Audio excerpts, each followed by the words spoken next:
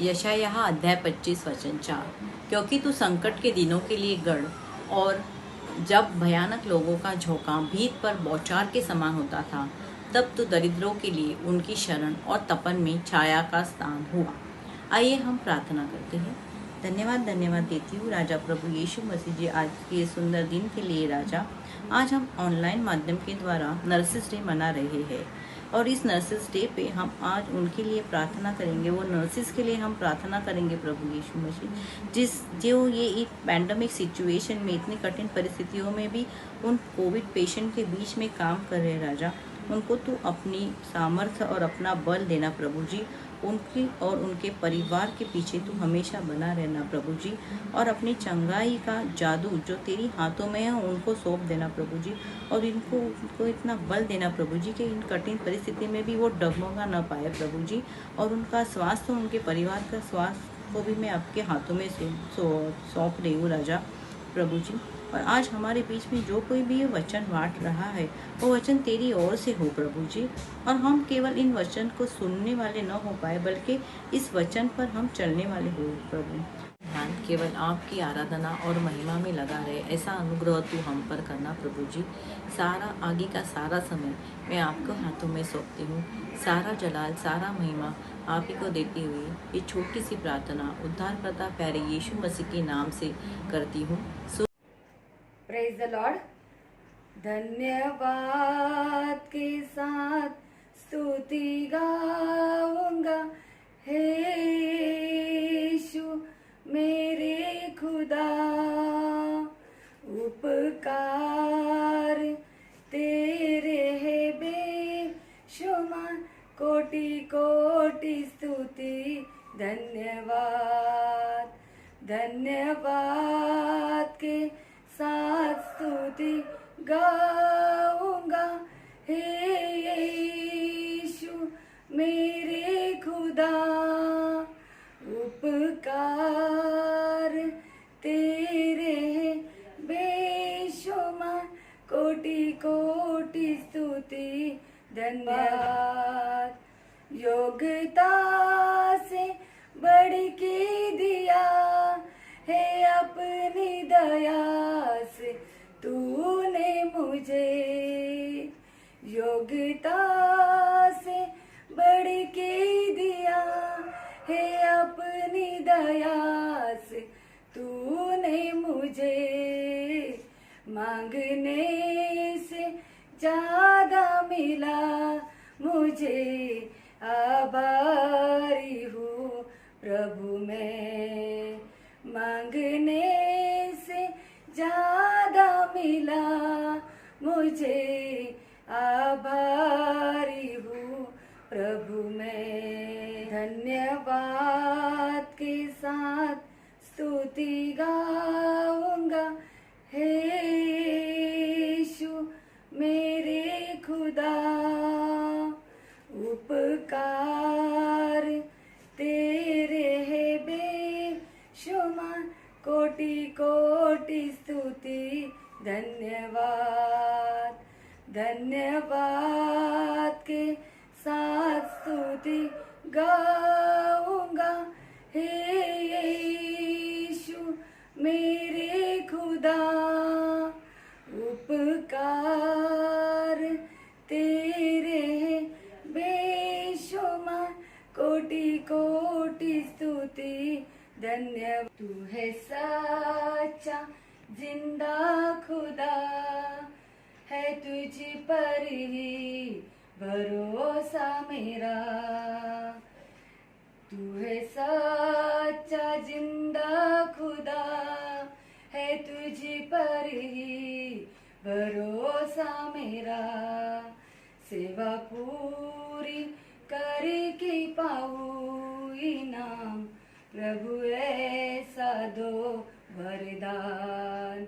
सेवा पूरी करके पाऊं इनाम, प्रभु ऐसा दो वरदान। धन्यवाद के साथ स्तुति गाऊंगा, हे यीशु मेरे खुदा। उपकार तेरे है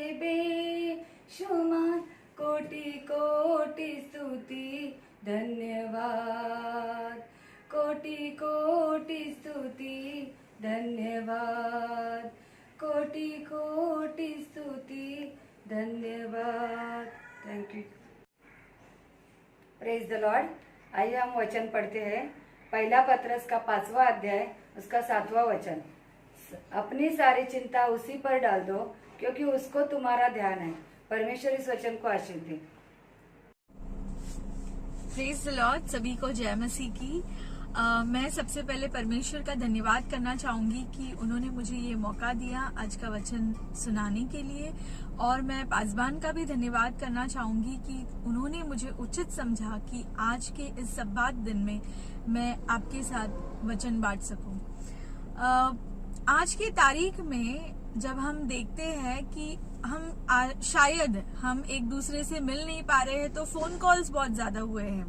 हम हर दिन आई थिंक ज्यादा से ज्यादा समय हम फोन में बिताते हैं, और सब लोग मुझसे ये बात की यकीन रखेंगे कि हम सब लोग एक ही शब्द का बहुत इस्तेमाल करते हैं कि टेक केयर।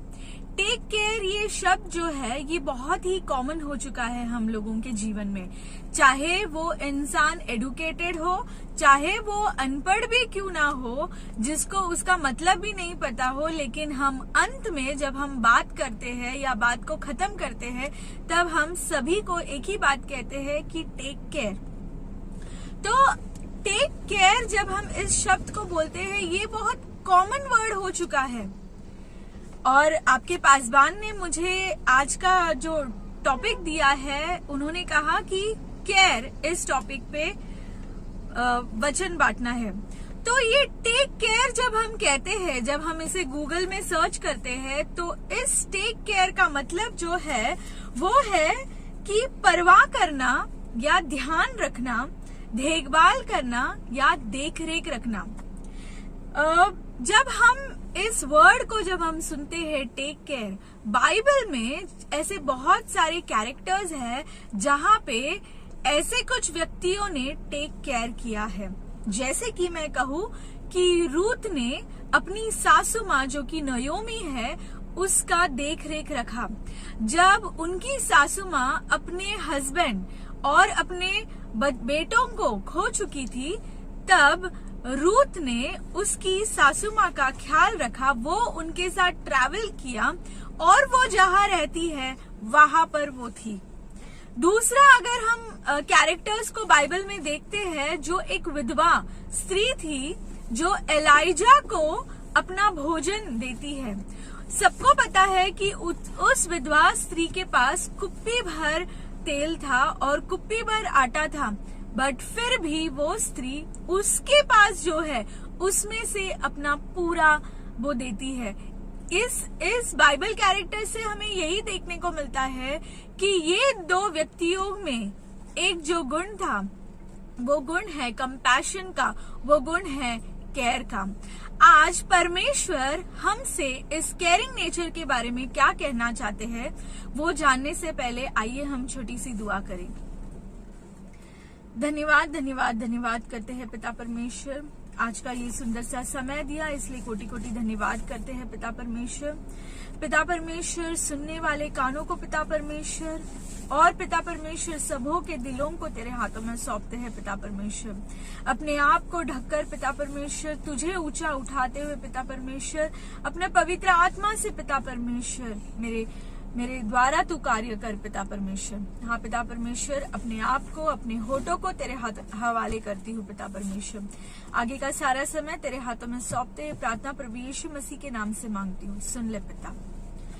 जैसे कि हमने देखा कि जो केयरिंग शब्द बाइबल कैरेक्टर्स रूथ और एलाइजा का एग्जाम्पल हमने देखा, ऐसे कई एग्जाम्पल्स है जब हम देखते हैं तो उसमें से हमें पता चलता है कि एक केयरिंग नेचर क्या होता है या कंपैशनेट नेचर क्या होता है।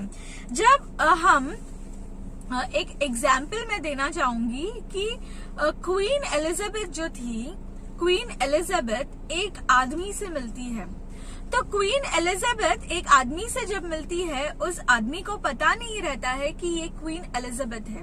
तो क्वीन एलिजाबेथ उस आदमी से रिक्वेस्ट करती है कि भाई मुझे मेरे बिजनेस के काम के लिए आपका हेल्प लगेगा, क्या आप मेरे बिजनेस के काम के लिए बाहर जा सकते हो।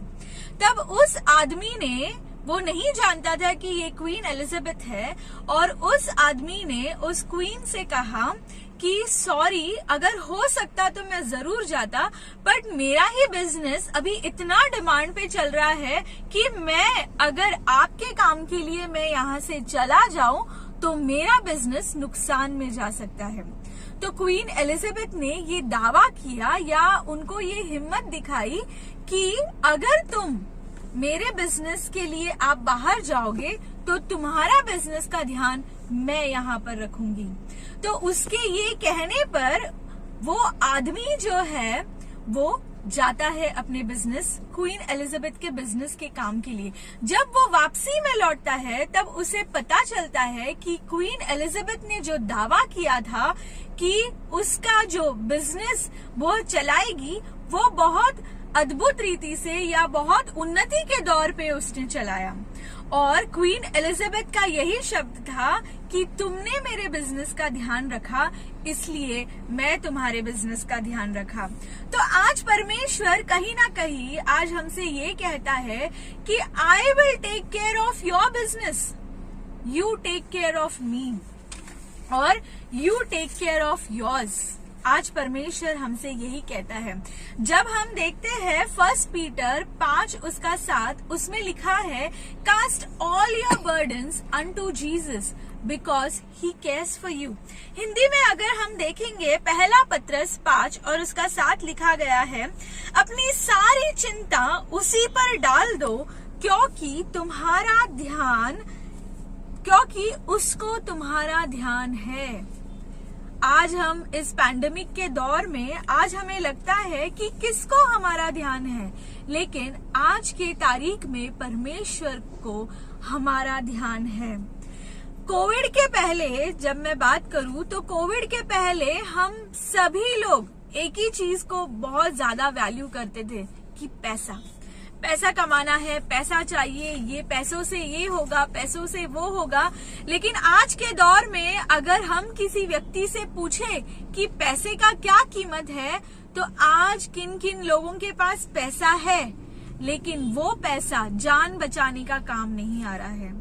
आज इंसानियत सबसे ऊपर नजर आ रहा है, या आज के तारीख में इंसानियत की जो जरूरतें हैं या ह्यूमैनिटी जो रिक्वायरमेंट है, आज वो पैसों से कहीं ज्यादा ऊपर है। जब आप अगर पूछते हैं केयर ये शब्द आज के तारीख में इस पैंडेमिक के दौर में जहां पर सभी लोग इतने टेंस्ड हैं, या जब हम देखते हैं कि हॉस्पिटल वाले जो नर्स है, जो डॉक्टर है या जो भी है, वो केयर कर रहे हैं, जब हम इस वर्ड का इस्तेमाल करते हैं केयर, तो हम देखते हैं कि अगर वो प्रोफेशन एक केयर जताता है तो उनमें कुछ क्वालिटीज है या उनके पास कुछ हथियार है जिसके द्वारा वो ये जताते हैं कि हम आपके लिए केयर करते हैं। अगर उनके पास आज कोई हथियार है, इस कोविड में हमें कहा जाता है कि हमें एक दूसरे के नजदीक नहीं आना है, या हम एक दूसरे से मिल नहीं सकते, या एक दूसरे में जो अंतर रहना है, या हमेशा मुंह में मास्क डालना है, तो आज अगर वो नर्सिंग प्रोफेशन कहीं हद तक हमारे लिए केयर कर रहा है या मेडिकल प्रोफेशन हमारे लिए केयर कर रहा है, तो उनके पास वो सारे हथियार है। पहले तो वो पीपीई किट पहनते हैं, फिर बाद में मास्क लगाते हैं, अपने आप को पूरा ढक कर वो वेपन यूज करके वो हमारी केयर करते हैं। परमेश्वर ने भी हमारे लिए ऐसे ही केयर किया है। अगर आप कहें कि ऐसी क्या क्वालिटीज है जो हमें एक इंसान को एक नेचर के लिए, ये केयरिंग नेचर कहने के लिए क्या क्वालिटीज चाहिए, तो सबसे पहले बात हम केयर ये शब्द में ही देखेंगे कि क्या क्या क्वालिटीज है। सबसे पहला C, it stands for compassionate. Compassionate का हिंदी अर्थ यह है कि दयालु। एफिसियों का पत्र 4 अध्याय 32 उसमें कहा गया है, be kind and compassionate to one another, forgiving each other just as in Christ forgive you. आज जो हमारे पास जो क्वालिटी जरूरत है वो है कंपैशनेट या दयालु होना। आप कहेंगे कि मेरे पास वो नेचर नहीं है, या मैं कहूंगी कि मैं वो नहीं कर सकती, मेरे पास वो दया की नेचर नहीं है। तो हमें ये दया की नेचर कहाँ से आएगी, या हमारे मन के अंदर किसी के प्रति वो भावना कहाँ से आएगी। फिलिपियोस का पत्र 2 अध्याय उसका 5वां वचन में लिखा है, जैसे मसीह यीशु का स्वभाव था वैसे ही तुम्हारा भी स्वभाव हो। अगर आज हमारे भीतर किसी के लिए कंपैशन नहीं है, या किसी को हम किसी के क्लेश में आज भी हमने पकड़ के रखा है, या किसी के बातों को आज भी हम पकड़ के चलते हैं, तो परमेश्वर का वचन कहता है, जैसे मसीह यीशु का स्वभाव था वैसे ही तुम्हारा स्वभाव हो। अगर आज हमारे अंदर वो स्वभाव नहीं है तो हमें परमेश्वर से मांगना है। ये किसी इंसान या हमें पैसे देकर ये स्वभाव हम खरीद नहीं सकते, ये हमें परमेश्वर से मांगना है। ये हमें नील करके प्रार्थना करके हमें परमेश्वर से मांगना है कि परमेश्वर हमारे पास ये कंपैशनेट होने का गुण नहीं है, वो गुण तू हमें दे। दूसरी जो बात है जो है ए स्टैंड्स फॉर एक्नॉलेजिंग। एक्नॉलेजिंग उसका हिंदी मतलब है धन्यवाद करना या मान लेना कि वही सब कुछ है। आज की तारीख में शायद बहुत सारे लोग हैं जो इस पैंडेमिक के शिकार हो चुके हैं, बहुत सारे फैमिलीज, इवन हमारे क्रिस्ती भाई बहन भी, बहुत सारे यंग लोग जो है वो अपने जान को खो बैठे हैं। तो किसी के मन में शायद ये सवाल आता होगा कि परमेश्वर का स्वभाव जो है दयालु स्वभाव है, वो इतना कंपैशनेट है, वो इतना काइंड है, वो इतना जेनरस है, आज वो परमेश्वर हमें आज के तारीख में इतनी परेशानी में कैसे देख सकता है। किसी किसी के घर में जो यंग लोग खो चुके हैं, जो 2 या 3 साल के बच्चों को छोड़कर इस दुनिया से अलविदा हो चुके हैं। तो मेरा प्रश्न ये है, क्या वो परिवार प्रेयरफुल परिवार नहीं था? क्या वो परिवार ने गिड़गिड़ा कर परमेश्वर से प्रार्थना नहीं की? तो आज के तारीख में अगर हमारा परिवार सुरक्षित है, अगर हमारा परिवार इस पैंडेमिक के दौर में उस फेज से नहीं गुजरा है, तो हमें घमंड नहीं करना है। परमेश्वर का वचन बहुत स्पष्ट लिखा है। एफिसियों का पत्र 2 अध्याय उसके 8वें वचन में लिखा है, for by grace you have been saved. उसके करुणा से हम बचे हैं। आज हम ये घमंड नहीं कर सकते कि मैं दिन भर प्रार्थना करती हूँ, मैं 24 घंटे प्रार्थना करती हूँ, मैं फास्टिंग प्रेयर करती हूँ, मैं ये पास्टर से प्रेयर करवाती हूँ, मैं वो सिस्टर से प्रेयर करवाती हूँ, इसीलिए मेरा परिवार में आज वो पैंडेमिक अवस्था छुआ नहीं है। ये घमंड हमें करना नहीं है। या ये जो बातें हैं प्रोवर्ब्स में लिखा है, नीति वचन में लिखा है 27 उसका 2 में कि let another praise you and not your own mouth, a stranger not your own lips. हमें हमारे होठों से खुद की बड़ाई नहीं करनी है। जेरेमिया उसका 9:23 में लिखा है, let not wise man boast in his wisdom. आज हमारे बुद्धि के अनुसार हमें अपने आप पर घमंड नहीं करना है, या हमें ये नहीं जताना है कि मैं 24 घंटे बाइबल पढ़ती हूँ, या मैं प्रेयर करती हूँ, मैं दान देती हूँ, मैं दूसरों के लिए पैंडेमिक सिचुएशन में राशन पहुंचाती हूँ, या मैं पैसों से हेल्प करती हूँ, या कोई ये समझेगा कि मेरे पास बहुत पैसा है, मैं दूसरों को हेल्प कर रहा हूँ, इसके वजह से परमेश्वर मेरे परिवार को बचा रहा है। नहीं, आज अगर सेफ है तो वो सिर्फ और सिर्फ परमेश्वर की करुणा है। और इस बात को एक्नॉलेज करना बहुत जरूरी है। अगर हमें लगता है कि हमारे में एक केयरिंग एटीट्यूड या क्वालिटी आना चाहिए, तो एक क्वालिटी है हमेशा एक्नॉलेज करना, हमेशा परमेश्वर को ही स्थान देना। अगर हमारे जीवन में कुछ अच्छा होता है उसका भी श्रेय सिर्फ परमेश्वर को जाता है। अगर आज हम इस पैंडेमिक में बहुत सारे घर रो रहे हैं, बहुत सारे लोग जो है फैमिलीज तबाह हो चुके हैं, बहुत सारे लोग जो है बेड नहीं मिल रहा है, ऑक्सीजन नहीं मिल रहा है या मेडिसिन नहीं मिल रहा है, लेकिन परमेश्वर जानता है। तो आज के तारीख में हमें परमेश्वर को धन्यवाद करना बहुत जरूरी है। हर परिस्थिति में घमंड ना करते हुए, लेकिन दीन और नम्रता से हर समय परमेश्वर का धन्यवाद करना बहुत जरूरी है। तीसरा जो क्वालिटी हमें जरूरी है वो R स्टैंड्स फॉर रिलायबल या रिस्पॉन्सिबल। हमें विश्वास योग्य रहना है या ट्रस्टवर्दी होना है या एक जिम्मेदार इंसान बनना है। अगर एफिसियो का पत्र 5वां अध्याय 15वें में लिखा है, be careful then how you live, not as unwise but as wise, making the most of every situation और एवरी अपॉर्चुनिटी।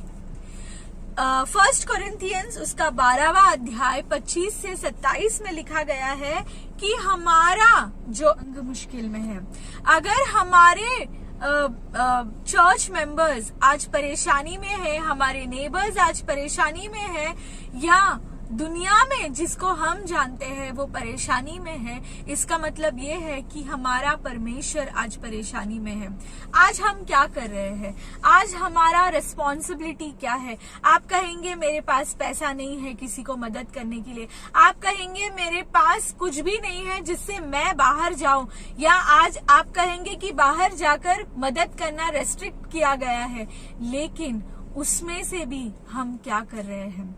आज हमारा रेस्पॉन्सिबिलिटी बनता है कि हमारा एक अंग, हमारा मेंबर या हमारा नेबर आज कोई परेशानी में है, एटलीस्ट हम फोन करके उनसे पूछ सकते हैं कि आप कैसे हैं, या हम उन्हें फोन करके पूछ सकते हैं क्या आपको किसी चीज की जरूरत है।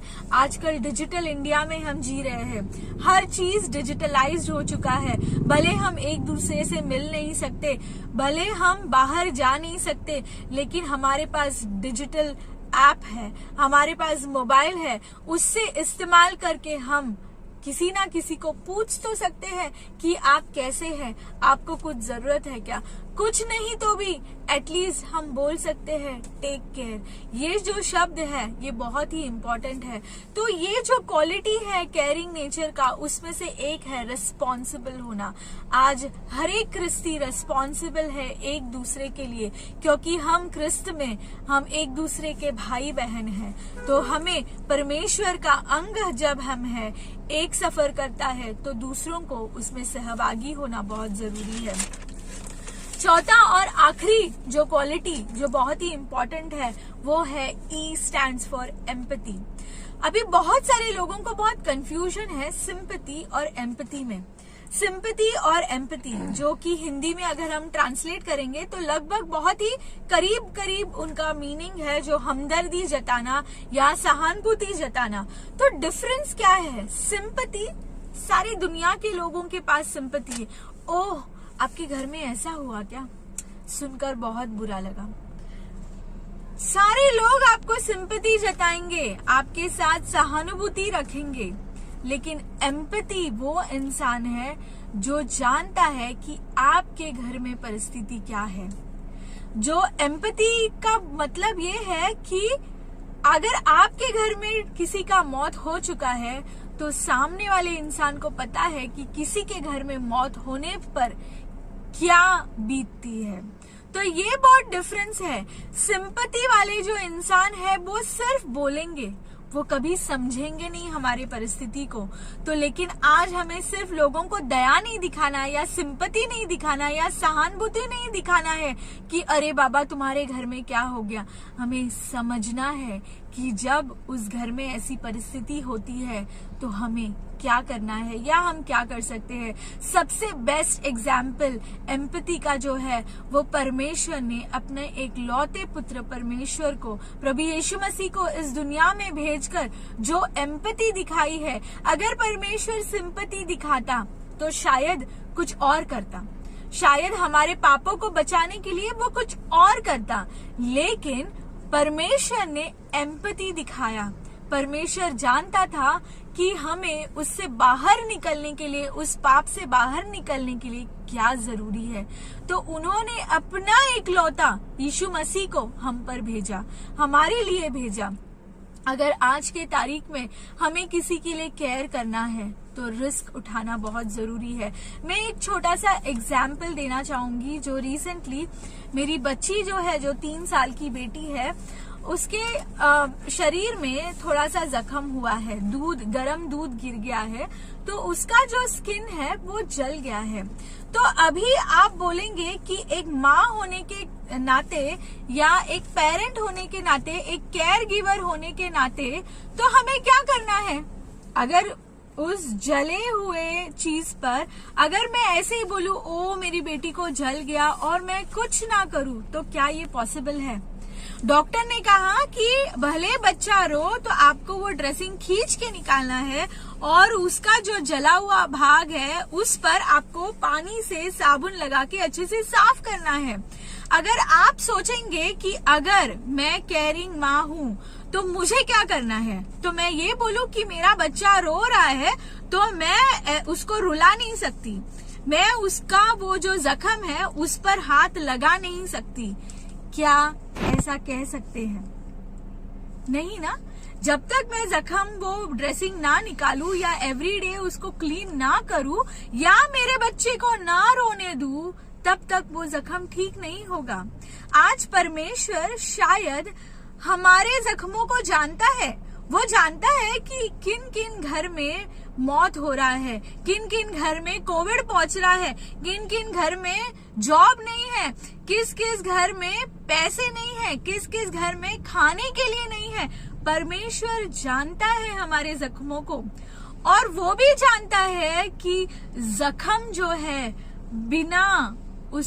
बिना हमारे आंसू बहे या हम गिड़गिड़ाए नहीं, या हमारे पास जो मलहम है जो परमेश्वर दे सकता है, जब तक हम उस मलहम को लगाए नहीं, हमारा जख्म ठीक नहीं हो सकता।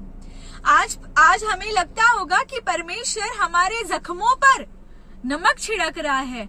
आज सबको लगता होगा कि हम मर रहे हैं, कोविड से मर रहे हैं, लेकिन परमेश्वर का ध्यान कहाँ है? लेकिन परमेश्वर का वचन कहता है, cast all your anxieties, cast all your burdens unto him because he cares for you. आज परमेश्वर हमसे प्यार करता है, आज भी परमेश्वर हमारा ध्यान रखता है। आज शायद बहुत ही डिफिकल्ट सिचुएशन हो, शायद प्रेयर करने के लिए भी हमारे पास ताकत ना हो क्योंकि हमने अपनों को खो चुके हैं, लेकिन परमेश्वर आज कहता है कि तुम प्रार्थना करो, सब कुछ बोझ मेरे पे डालो, मैं तुम्हारा ध्यान रखूंगा। आइए हम प्रार्थना करें। धन्यवाद धन्यवाद धन्यवाद करते हैं पिता परमेश्वर। पिता परमेश्वर, हमारा ध्यान रखने वाला तू है पिता परमेश्वर। धन्यवाद करते हैं पिता परमेश्वर हर एक बातों के लिए पिता परमेश्वर। आज इस कोविड की अवस्था में पिता परमेश्वर हमें केयर की जरूरत है पिता परमेश्वर। हम एक दूसरे को बोलते हैं टेक केयर, लेकिन पिता परमेश्वर हमारा ध्यान रखने वाला पिता परमेश्वर केवल तू है पिता परमेश्वर। पिता परमेश्वर, हमारे ध्यान पिता परमेश्वर तेरे ओर हम लगाना चाहते हैं पिता परमेश्वर। पिता परमेश्वर, शायद बहुत ही कमजोर हो हमारा दिल पिता परमेश्वर, शायद हम बहुत डरे हुए सिचुएशन में हो पिता परमेश्वर, शायद समझ नहीं पा रहे हो पिता परमेश्वर कि ये कोविड की अवस्था कब हमसे टलेगी पिता परमेश्वर। ऐसे बहुत सारे घर पिता परमेश्वर जो बहुत ही मुश्किल दौर से गुजर रहा है परमेश्वर, लेकिन तुझ पर घमंड करते हैं पिता परमेश्वर कि तू हमारा ध्यान रखता है पिता परमेश्वर। हमारा ध्यान रखने के लिए तेरा कोटि कोटि धन्यवाद करते हैं पिता परमेश्वर। सभी बातों को तेरे हाथों में सौंपते हैं पिता परमेश्वर। ये वचन को पिता परमेश्वर मेरे द्वारा तूने जो सुनाया पिता परमेश्वर, सभी बातों को तेरे हाथों में सौंपते हैं। आगे का सारा समय तेरे हाथों में देते हैं। प्रार्थना प्रभु यीशु मसीह के नाम से मांगती हूँ, सुन ले पिता, आमीन।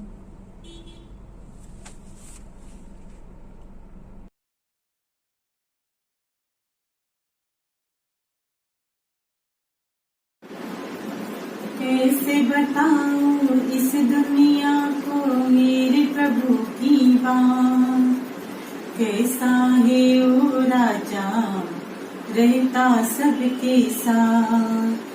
कैसे बताऊं इस दुनिया को मेरे प्रभु की बात, कैसा है वो राजा रहता सबके साथ।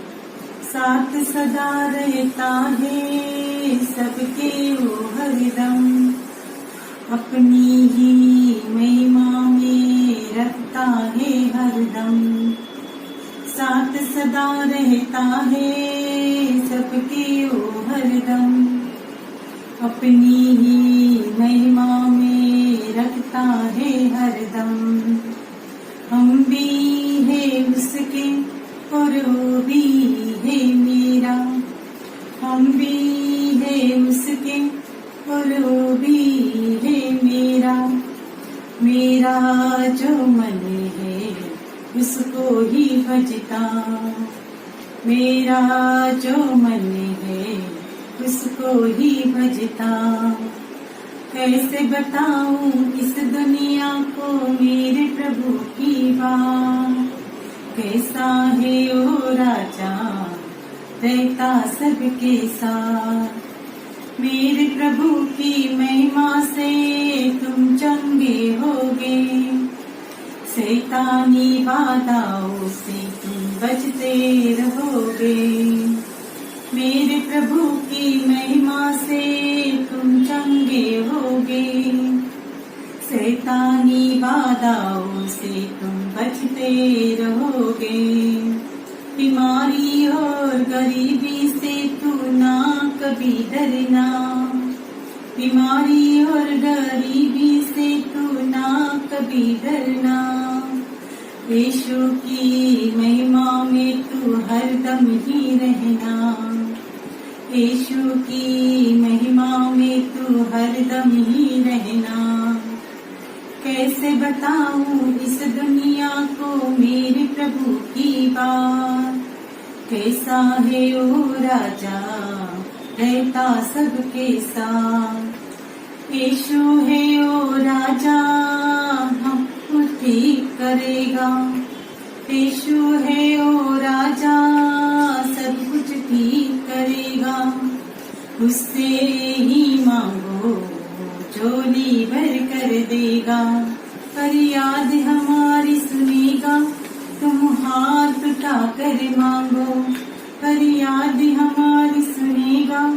तुम हाथ उठा कर मांगो, ढेरों आशीषों से वो तुमको भर देगा, ढेरों आशीषों से वो तुमको भर देगा। कैसे बताऊं इस दुनिया को मेरे प्रभु की बात, कैसे बताऊं इस दुनिया को मेरे प्रभु की बात। कैसा है वो राजा रहता सबके साथ। मेरा है वो राजा हम सब का रखवाला, बता रहा हूँ तुमको यीशु है वो राजा। मेरा है वो राजा हम सब का रखवाला, बता रहा हूँ तुमको यीशु है वो राजा। मेरे राजा की संगति में सदा रहना, अनंत जीवन का फल तुमको है चखना। मेरे राजा की संगति में सदा रहना, अनंत जीवन का फल तुमको है चखना। कैसे बताऊं इस दुनिया को मेरे प्रभु की बात। कैसा है वो राजा रहता सबके साथ। कैसा है वो राजा रहता सबके साथ। कैसा है वो राजा रहता सबके साथ।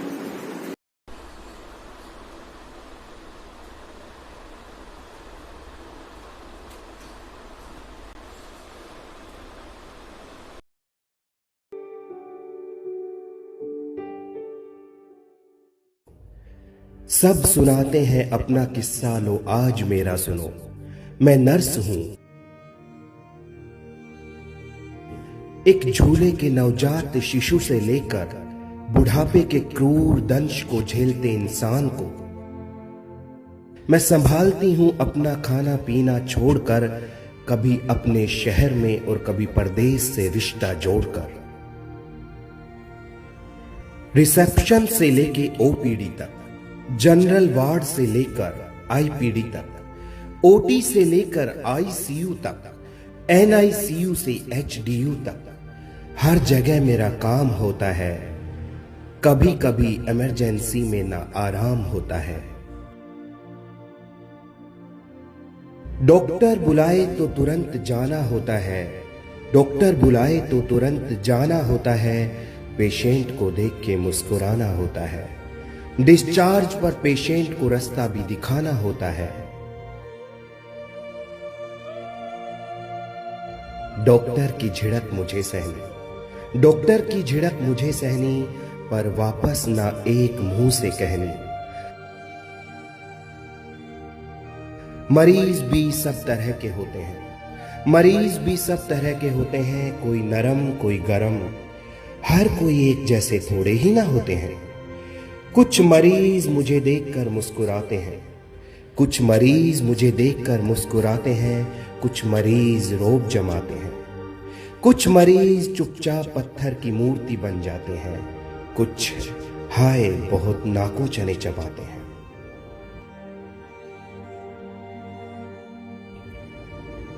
गरीब अमीर छोटा बड़ा होगा वो कहीं और। गरीब अमीर छोटा बड़ा होगा वो कहीं और, पर मेरे लिए सिर्फ वो मेरा पेशेंट है।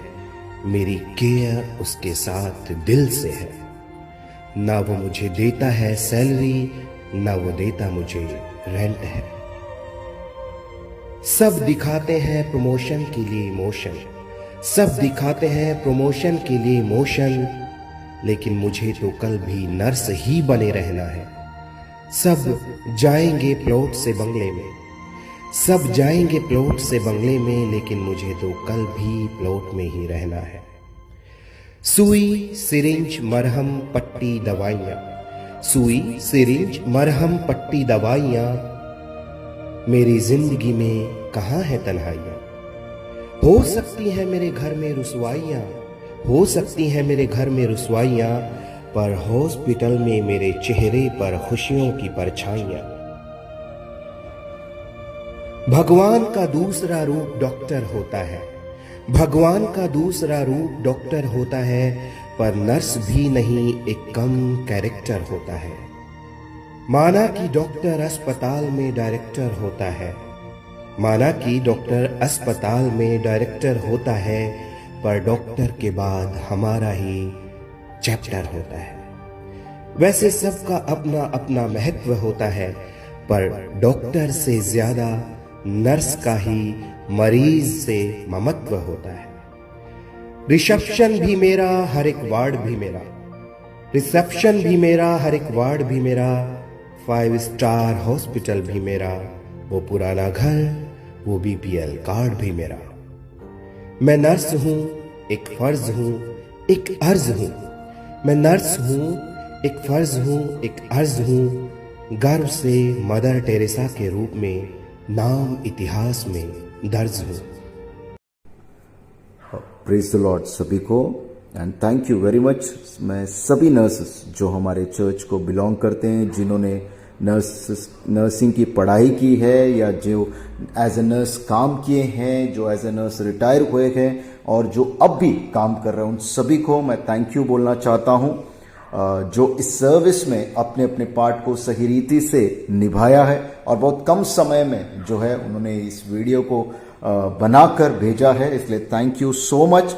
और सॉरी इस टाइम पे जो है बहुत कम समय जो है मैं आपको दे पाया हूं, लेकिन नेक्स्ट टाइम हम लोग और अच्छे से जो है इस सर्विस को हम लोग करेंगे।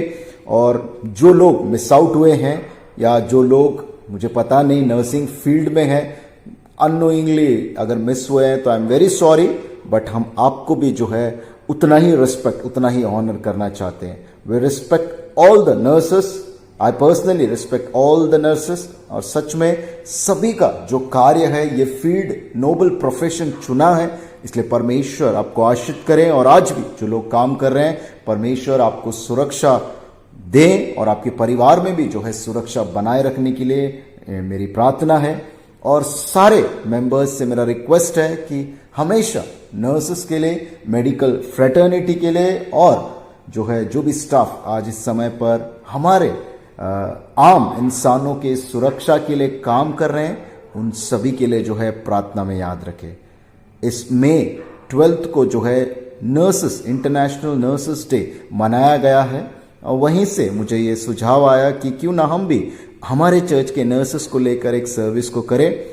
और उसी तरह से जैसे हमने आज वचन को भी सुना है जिसका टॉपिक केयर, परमेश्वर किस रीति से चिंता करता है, सच में हम परमेश्वर के नाम को धन्यवाद करेंगे कि ऐसे लोगों को परमेश्वर ने बनाया, जो लोग ऐसे नर्सिंग प्रोफेशन को चुन रहे हैं, सैक्रिफिशियल काम को कर रहे हैं। मैं प्रार्थना करता हूं, आशा करता हूं परमेश्वर हर एक नर्स, मेडिकल फ्रेटर्निटी, जो भी स्टाफ काम कर रहे हैं, परमेश्वर उसकी सुरक्षा बहुतायत से, विशेष तरीके से जो है आपके ऊपर, आपके परिवार के ऊपर बनाए रखें। परमेश्वर आपको आशीष करे। Thank you. May God bless you.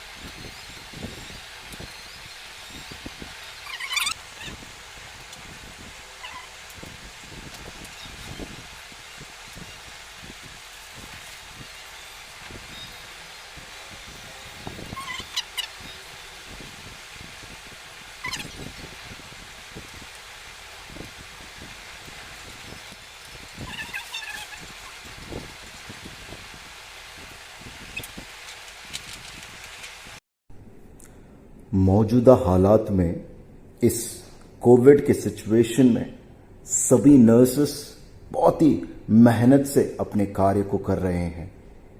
जो भी लोग अपने काम को कर रहे हैं, बहुत ही सैक्रिफिशियल वर्क कर रहे हैं। जैसा हमने इस प्रेजेंटेशन में देखा, ये पूरा इस तरीके से ड्रेस को पहनकर, पीपीई किट को डालकर, सारे मास्क, ये फेस शील्ड वगैरह सब लगाकर 6 to 7 आवर्स यानी 6 से 7 घंटे तक जो है लगातार उनको काम करना है। इस तरीके का ड्यूटी जो है आज बहुत सारे नर्सेस कर रहे हैं। और मैंने बहुत अपने से, मतलब जो करीब है उनसे ये जाना है, सच में जो है ऐसी परिस्थिति है, इस पीपी किट के बाद 6 to 7 आवर्स, 6 से 7 घंटे जो है वो ना वॉशरूम जा सकते हैं, ना खाना खा सकते हैं, ना पानी पी सकते हैं। उनको ये अलाउड नहीं है, क्योंकि इसके लिए उनको पीपी किट निकालना पड़ेगा, और पीपी किट निकालने का जो है उनको अलाउ नहीं किया गया है। जब वो ड्यूटी पे आए, वो खा के इस किट को पहने, और जब ड्यूटी खत्म करके जाए तब ये पीपी किट को जो है डस्टबिन में फेंक कर जो है वो अपने खाने को खा सकते हैं, फ्रेश हो सकते हैं। इस तरीके से अपनी ड्यूटी को निभा रहे हैं। जब मैंने सुना तो मुझे ऐसा लगा कि आज उनके हॉनर में जो है परमेश्वर को धन्यवाद देना जरूरी है, और परमेश्वर से प्रार्थना करना जरूरी है इस समय में उन सारे नर्सेस, मेडिकल फ्रेटर्निटी के लिए जो आम इंसानों के लिए इस कदर सैक्रिफिशियल काम को कर रहे हैं। तो great salute, great honour, respect to all the nurses and all the medical staff जो इस समय पर इस कोविड वॉरियर बनकर जो है इस कोरोना के समय में काम कर रहे हैं। Thank you very much. May God bless you all and may God protect you and your family. Thank you. आइए हम सब अंतिम प्रार्थना करते हैं। धन्यवाद धन्यवाद धन्यवाद देते मेरे राजा प्रभु, आपने दिए हर एक आशीषों के लिए आपको कोटि कोटि धन्यवाद देते मेरे राजा प्रभु। थैंक यू जीसस मेरे राजा प्रभु, आप इस समय मेरे राजा प्रभु हम सभी के साथ उपस्थित रहे मेरे राजा प्रभु। थैंक यू लॉर्ड मेरे राजा प्रभु। प्रभु हर एक प्रोग्राम में मेरे राजा प्रभु आपने हमारा साथ दिया, इसके लिए धन्यवाद देते मेरे राजा प्रभु। यस जीसस मेरे पिता प्रभु। इसी तरह से परमेश्वर प्रभु हर एक प्रार्थना रिक्वेस्ट मेरे राजा जो प्रभु आपकी कलीसिया में आती है मेरे राजा, हर एक प्रार्थना रिक्वेस्ट को प्रभु आपके हाथों में सौंपती हूँ मेरे राजा प्रभु। यस जीसस मेरे पिता प्रभु। इसी तरह से ऑफरिंग के लिए प्रार्थना मांगती हूँ मेरे राजा प्रभु। ऑफरिंग परमेश्वर प्रभु जो भी आया है मेरे राजा प्रभु, आपके कामों के लिए परमेश्वर अपने कार्य के लिए यूज हो मेरे राजा प्रभु। यस जीसस मेरे राजा प्रभु, जो दे पाए मेरे राजा और जो नहीं दे पाए मेरे राजा प्रभु, उनको भी प्रभु आप आशीषित करना मेरे राजा प्रभु यीशु। यस जीसस मेरे पिता, आगे का सारा समय प्रभु आपके हाथों में सौंप कर ये छोटी सी प्रार्थना यीशु मसीह के नाम से मांगते हैं, सुनिए और कबूल कीजिए, आमीन। आइए हम सब प्रभु की प्रार्थना कहते हैं। हे हमारे पिता, आप जो स्वर्ग में हैं, आपका नाम पवित्र माना जाए, आपका राज्य आए, आपकी इच्छा जैसे स्वर्ग में पूरी होती है वैसे इस पृथ्वी पर भी हो। हमारी दिन भर की रोटी आज हमें दीजिए, और जिस प्रकार हमने अपने अपराधियों को क्षमा किया है वैसे ही आप भी हमारे अपराधों को क्षमा कीजिए, और हमें परीक्षा में मत लाइए परंतु बुराई से बचाइए, क्योंकि राज्य, पराक्रम और महिमा सदा आपकी की हो, आमीन। परमेश्वर पिता का प्रेम, प्रभु यीशु मसीह का अनुग्रह और पवित्र आत्मा की सहभागिता अब से लेकर अनंत काल तक हम सदा विश्वासियों के साथ सदा सदैव बनी रहे, आमीन आमीन। Praise the Lord. सभी को जय मसीह की।